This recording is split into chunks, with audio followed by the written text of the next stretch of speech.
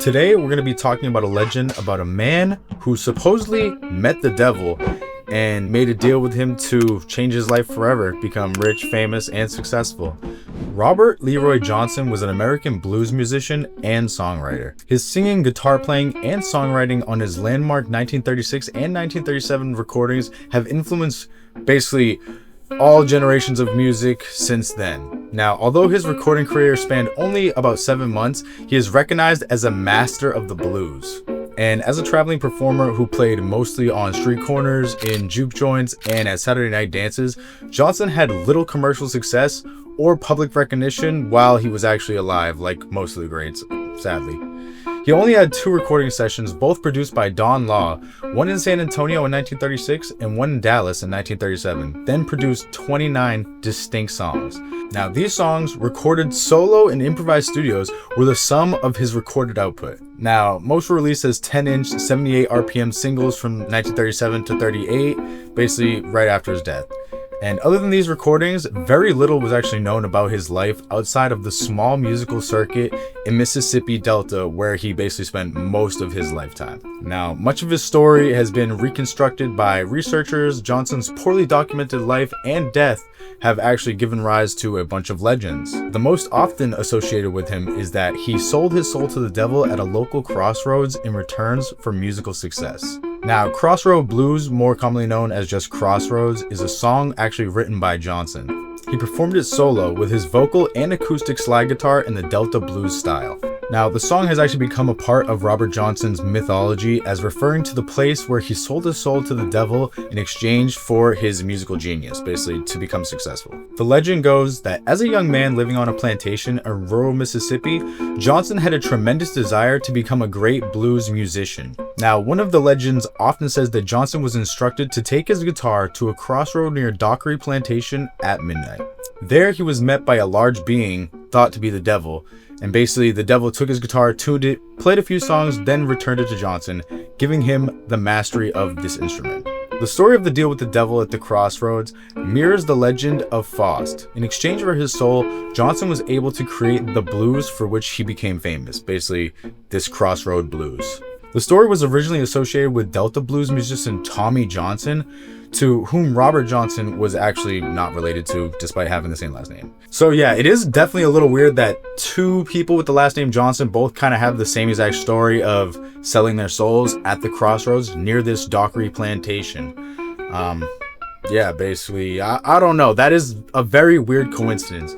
Correlation doesn't equal causation, but it is very strange that they both have the same exact story. Now, this legend was developed over time and has been chronicled by Gail Dean Wardlow, Edward Kamara, and Elijah Wald, who see the legend as largely dating from Johnson's rediscovery by white fans more than 2 decades after his death. Basically, they're saying that this legend kind of got revamped when white people figured out about the blues music and it got popular again, more popular than it was before, when it was just kind of stuck to its own areas. You know what I mean? When black people were just bumping the blues and white people didn't give a fuck about it.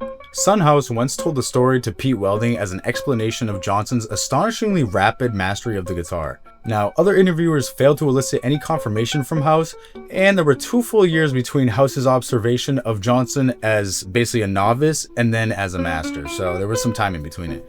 Further details were absorbed from the retellings by Grail Marcus and Robert Palmer. Now, most significantly, the detail was added that Johnson received his gift from a large black man at a crossroads. Now, there is dispute as to how and when the crossroads detail was attached to the Robert Johnson story, so nobody really knows when. All the published evidence, including a full chapter on the subject in the biography Crossroads by Tom Graves, suggests that an origin of the story is actually blues musician Tommy Johnson.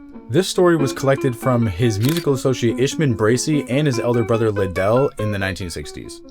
Now, one version of Liddell Johnson's account was published in David Evans' 1971 biography of Tommy Johnson and was repeated in print in 1982 alongside House's story in a widely read Searching for Robert Johnson by Peter Gerlach. In another version, Liddell placed the meeting not at a crossroads but also in a graveyard. Now, this actually resembles the story told to Steve Levere that Ike Zimmerman of Hasselhurst, Mississippi learned to play the guitar at midnight while sitting on tombstones. Zimmerman is believed to have influenced the playing of the young Johnson himself. Now, while Dockery, Hasselhurst, and Waygard have each been claimed as locations of the mythical crossroads, there are also tourist attractions claiming to be the crossroads in both Clarksdale and Memphis.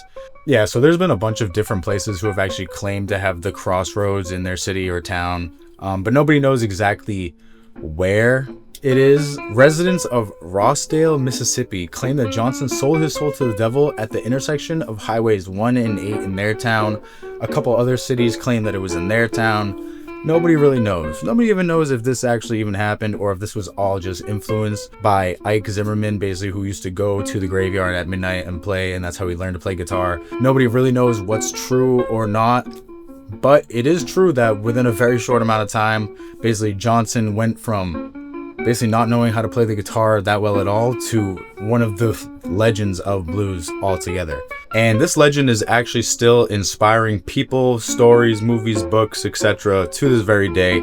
Even I believe he's the director or the producer of the newest Michael B. Jordan Sinners movie. If you've seen that, I haven't seen it yet. The movie looks really good, but I haven't watched it yet. So if you've seen it, let me know if it's good. Just don't spoil that shit. But I even have a video here of him basically talking about this story and how a lot of people don't believe it was actually the devil, but it was actually somebody called Papa Legba, basically somebody from Caribbean culture who's like, I would akin to like a voodoo man type of thing. Not the exact same thing. I don't want to disrespect him, but you know what I mean? Like that's the whole idea I'm getting. You know what I mean? People are also thinking that the mysterious person or devil that Johnson had met up with was actually this person, but in reality, who really knows? Only Robert Johnson and whoever was around him at that time really know. His life was not documented well. Not basically until after he passed, which unfortunately happens to a lot of the legends and greats just in art in general. But yeah, like I said, let me know if you guys believe. Do you think it was the devil? Do you think it was this Papa Legba guy? Like, what do you guys think? Do you guys think that a devil or the devil actually influenced this guy, changed his life for real? Like, I don't know. And if so, would you sell your soul if you were offered, bro? What would you have to do? What would it be that got you to sell your soul? You know, would it be money, fame, skill, anything? Nothing? I don't know. But anyways, let me know what you guys thought about the video down below. Check out one of these videos, and yeah, other than that, catch you guys soon. Stay safe, stay dangerous, get laid, and I'll catch y'all soon.